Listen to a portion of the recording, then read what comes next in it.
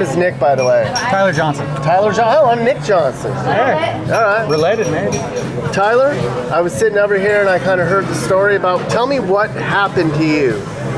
I got mauled by a sow, brown bear. Yeah.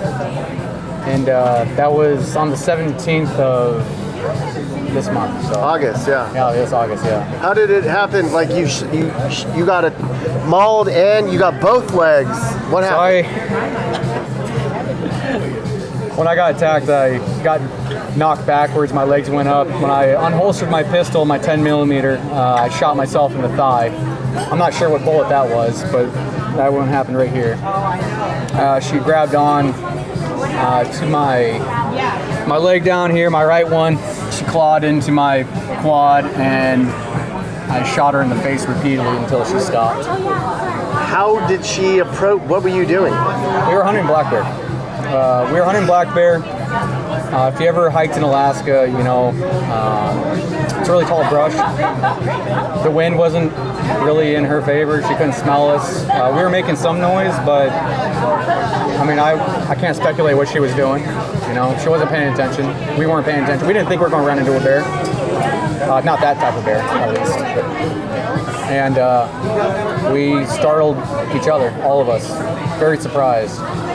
She was about 15 yards away from my father, and I was about 15 yards away from my father, so almost like a triangle. When I walked out of these high bushes, like willow branches, very thick branches,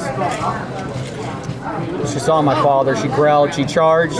My dad yelled at the bear, turned his back towards the bear because he had a backpack on. And I don't know why she decided to just come straight at me after that, but she planted, looked at me, maybe because I didn't yell at the bear. I mean, I don't remember if I yelled at her or not. But she turned and sprinted at me and tackled me. My feet went over my head. She hit me like a train. I remember initially her growl, the guttural growl that she gave off. And about from that to my feet up in the air, it was about 4 seconds, maybe less. It's hard for me to say, right? Tried to unholster my pistol. I had a police kind of pistol where it has a strap on it. You press down, the strap goes forward, then you can unholster your pistol. So I fumbled with that for maybe a second, but that's all you have is seconds. And I pulled the pistol out when she hit me. My legs went up, unloaded around into my leg when it went up in the air. I actually have black residue on my leg from it because it was so close. And then the rest of the bullets I put into her, I think I worked my way up into the face with shooting. And the last bullet, I don't know if it spined her, brained her, but if you ever hunt bears, you know that they're adrenaline, they won't stop, and they go 100% where they're doing. And I remember seeing when she was on top of me, a pissed off bear, and then a bear that was collapsing over. My dad wasn't just standing there, right, seeing this thing. He was moving to a better position, and he was shooting the bear from the broadside, I'm guessing, and then the side of the head when I was shooting up. So it could have been his bullet, I'm not sure. I mean, when bullets are flying in that scenario from growl to dust settling of maybe 13 seconds, 12 seconds, to then looking down, seeing a dead bear, a hole in my leg. Then we went straight into triage. I bring a trauma kit every hunt I go on. So we immediately looked at it, ripped my pants open, saw we had an entrance wound.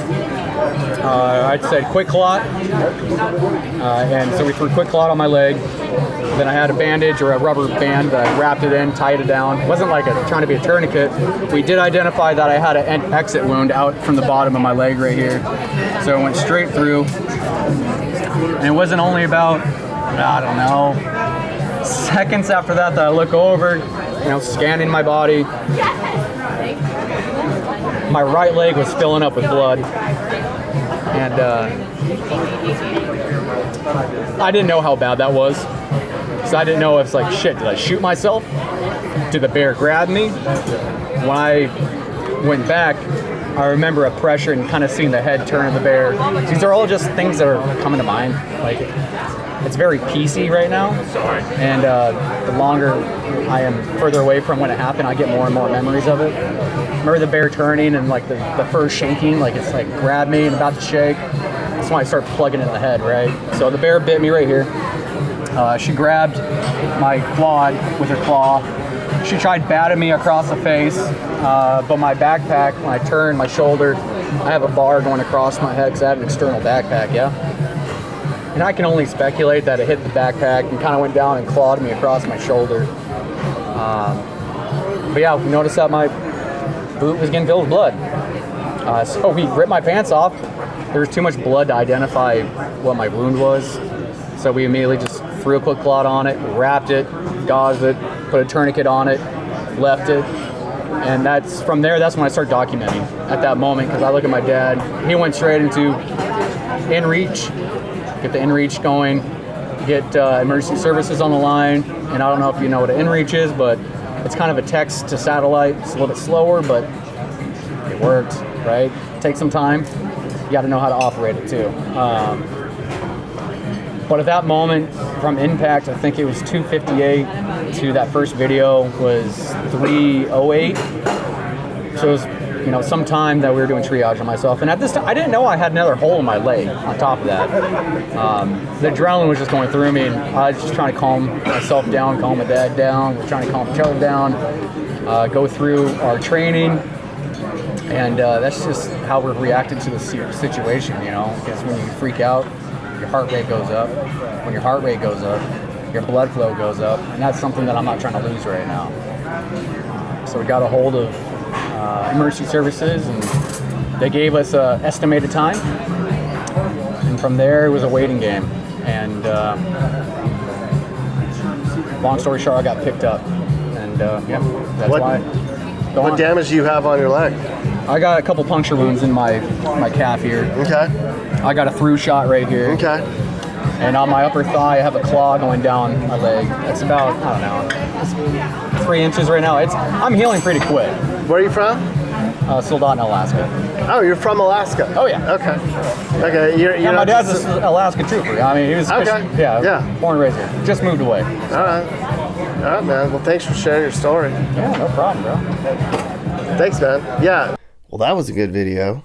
Hope you guys enjoyed that report from America. So we've been to every state now, and we know so many great places that most people don't know about. If you're trying to figure out where you should move, I can help. Email me, and I'll tell you about how I can find you the perfect place for you to move to. And if you need a realtor, I can help you with that as well.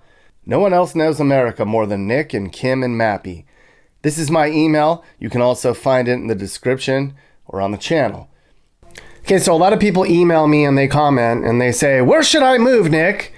Well, I do consulting for that, as you know, but a lot of people want to do their own research. So I have published an ebook. That's right. Email me and I'll send you my comprehensive and always updated guide on the best places to move in each state. We're always traveling, so we're always updating the book. Find the best places to live in America from the people who have seen more of America than anyone else. That's true. Google it.